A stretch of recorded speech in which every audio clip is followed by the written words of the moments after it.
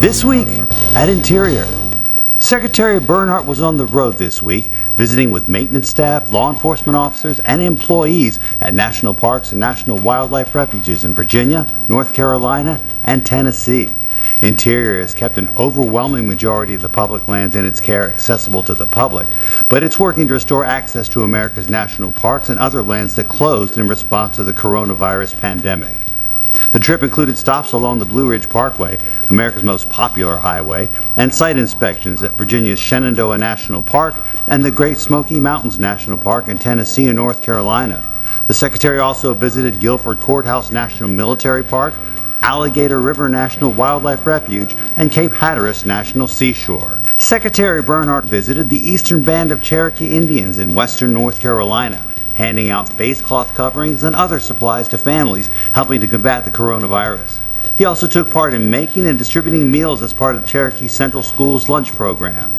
President Trump proclaimed Tuesday, May 5th as Missing and Murdered American Indians and Alaska Natives Awareness Day, a day to honor those first Americans whose lives have been shattered and lost from heartbreaking violence.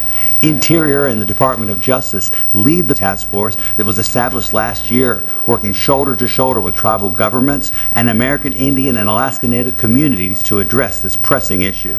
Secretary Bernhardt this week announced a new 10-year initiative aimed at guiding conservation of wild American bison.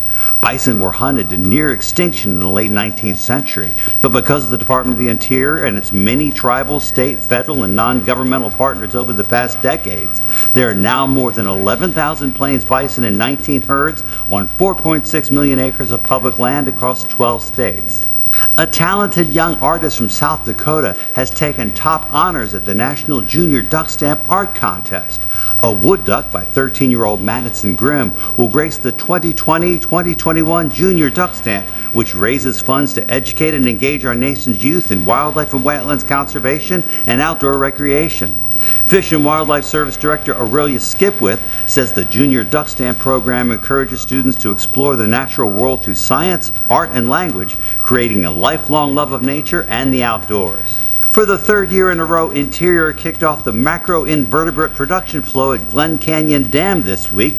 This experiment, also known as a bug flow, aims to improve egg-laying conditions for aquatic insects, which are the primary food source for endangered and native fish in the Colorado River.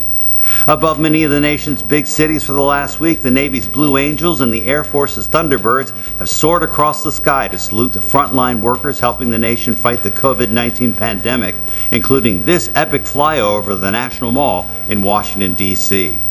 And our social media picture of the week, the unparalleled beauty of the Oregon Islands National Wildlife Refuge and its famous Haystack Rock, rising 235 feet above the coastline, providing a stunning visual and vital nesting ground for seabirds.